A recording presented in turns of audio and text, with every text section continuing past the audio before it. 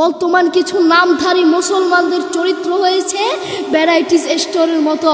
Varieties store মানে যেই দোকানে আলু, ডাল, পেঁয়াজ এবং বিভিন্ন আইটেম পাওয়া যায়, এমনিভাবে মুসলমানের চরিত্রের মধ্যে খ্রিস্টানের চরিত্র পাওয়া যায়, মুসলমানের চরিত্রের মধ্যে অমুসলিমের চরিত্র পাওয়া যায়, মুসলমানের চরিত্রের মধ্যে ইহুদি, নাসারা, খ্রিস্টানের চরিত্র পাওয়া যায়।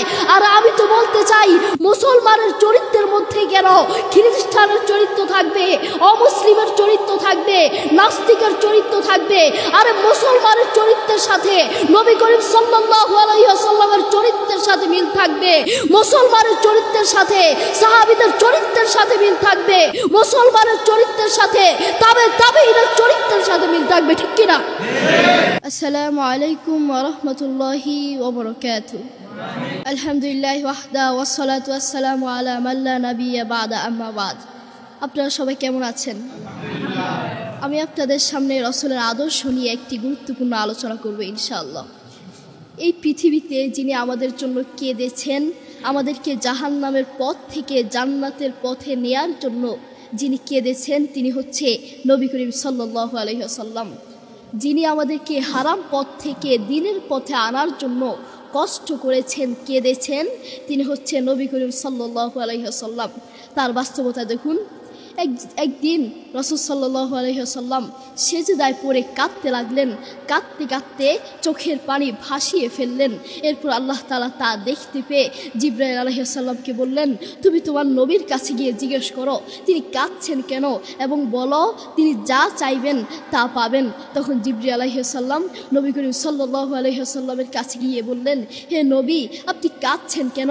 আপনি বলুন, আপনি যা চাইবেন আপনি তা পাবেন। তখন রাসূল সাল্লাল্লাহু আলাইহি ওয়াসাল্লাম কাঁদতে কাঁদতে বললেন, আমি আমার পরিবারের জন্য কাঁদছি না, আমি আমার সন্তানদের জন্য কাঁদছি না, আমি আমার মায়ের জন্য কাঁদছি না, বাবার জন্য কাঁদছি না, আমি কাঁদছি আমার উম্মতকে জাহান্নামের পথ থেকে, জাহান্নাম থেকে মুক্তি দেওয়ার জন্য। আমি কাঁদছি আমার উম্মতকে জাহান্নাম থেকে বাঁচানোর জন্য। আল্লাহু আকবার। দেখেছেন, আপনার নবী আপনার জন্য এত কষ্ট করেছেন, আপনাকে জাহান্নাম থেকে বাঁচানোর জন্য এত কষ্ট করেছেন, কেঁদেছেন। সেই নবীকেই আপনি অপমান করছেন। সেই নবীর প্রতি আপনার কোনো ভালোবাসা নেই। আপনার ভালোবাসা বড় বড় খেলোয়াড়দের প্রতি, আপনার ভালোবাসা বড় বড় নায়ক নায়িকাদের প্রতি, আপনার ভালোবাসা আপনার প্রিয় মানুষের প্রতি, আপনার ভালোবাসা আপনার বন্ধুর জন্য, আপনার ভালোবাসা আপনার বান্ধবীর প্রতি। আপনি আপনার বান্ধবীকে, আপনার প্রিয় মানুষকে, আপনি আপনার ভালোবাসার মানুষকে মেসেজে বলছেন, আই মিস ইউ, আমি তোমাকে অনেক মিস করছি।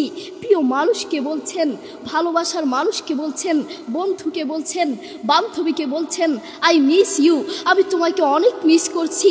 আপনি আপনার বন্ধুকে মিস করেন, আপনি আপনার বান্ধবীকে মিস করেন, আপনি আপনার ভালোবাসার মানুষকে মিস করেন, কিন্তু আপনি আপনার মাকে মিস করতে পারেন না, আপনি আপনার আল্লাহকে মিস করতে পারেন না, আপনি আপনার নবীকে মিস করতে পারেন না।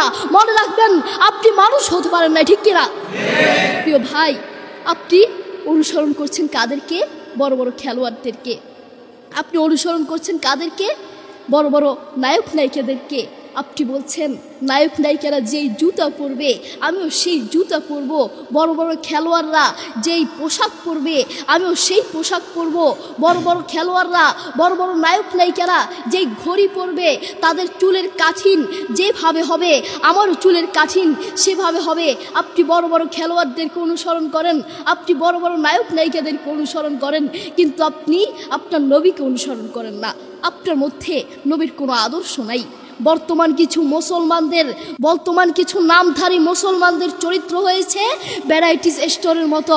ভ্যারাইটিস স্টোর মানে যেই দোকানে আলু, ডাল, পেঁয়াজ এবং বিভিন্ন আইটেম পাওয়া যায়, এমনিভাবে মুসলমানের চরিত্রের মধ্যে খ্রিস্টানের চরিত্র পাওয়া যায়, মুসলমানের চরিত্রের মধ্যে অমুসলিমের চরিত্র পাওয়া যায়, মুসলমানের চরিত্রের মধ্যে ইহুদি, নাসারা, খ্রিস্টানের চরিত্র পাওয়া যায়। আর আমি তো বলতে চাই, মুসলমানের চরিত্রের মধ্যে কেন খ্রিস্টানের চরিত্র থাকবে, অমুসলিমের চরিত্র থাকবে, নাস্তিকের চরিত্র থাকবে? আরে মুসলমানের চরিত্রের সাথে নবী করিম সাল্লাল্লাহু আলাইহি ওয়াসাল্লামের চরিত্রের সাথে মিল থাকবে, মুসলমানের চরিত্রের সাথে সাহাবীদের চরিত্রের সাথে মিল থাকবে, মুসলমানের চরিত্রের সাথে তাবেঈদের চরিত্রের সাথে মিল থাকবে, ঠিক কিনা? প্রিয় ভাই, আপনি প্রতি সেকেন্ডে, প্রতি মিনিটে, প্রতিটা ক্ষেত্রে আপনি নবীর হাদিসগুলোকে আপনি বর্জন করছেন।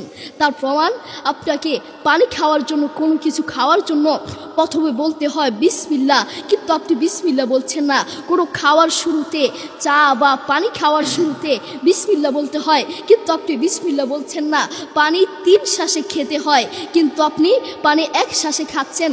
কোনো খাবার খেতে হলে বসে খেতে হয়, পানি বসে খেতে হয়, চা বসে খেতে হয়, কিন্তু আপনি পানি দাঁড়িয়ে খাচ্ছেন, আপনি চা দাঁড়িয়ে খাচ্ছেন।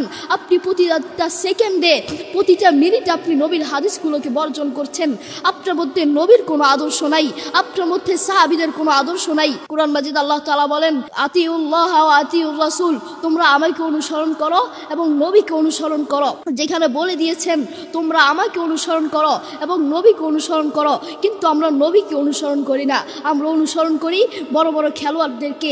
আপনার মধ্যে নবীর আদর্শ থাকতে হবে। আপনি নিজেকে মুসলিম দাবি করেন, আপনি নিজেকে মুসলমান দাবি করেন, আপনার মধ্যে যদি নবীর আদর্শ না থাকে আপনি কিসের মুসলমান?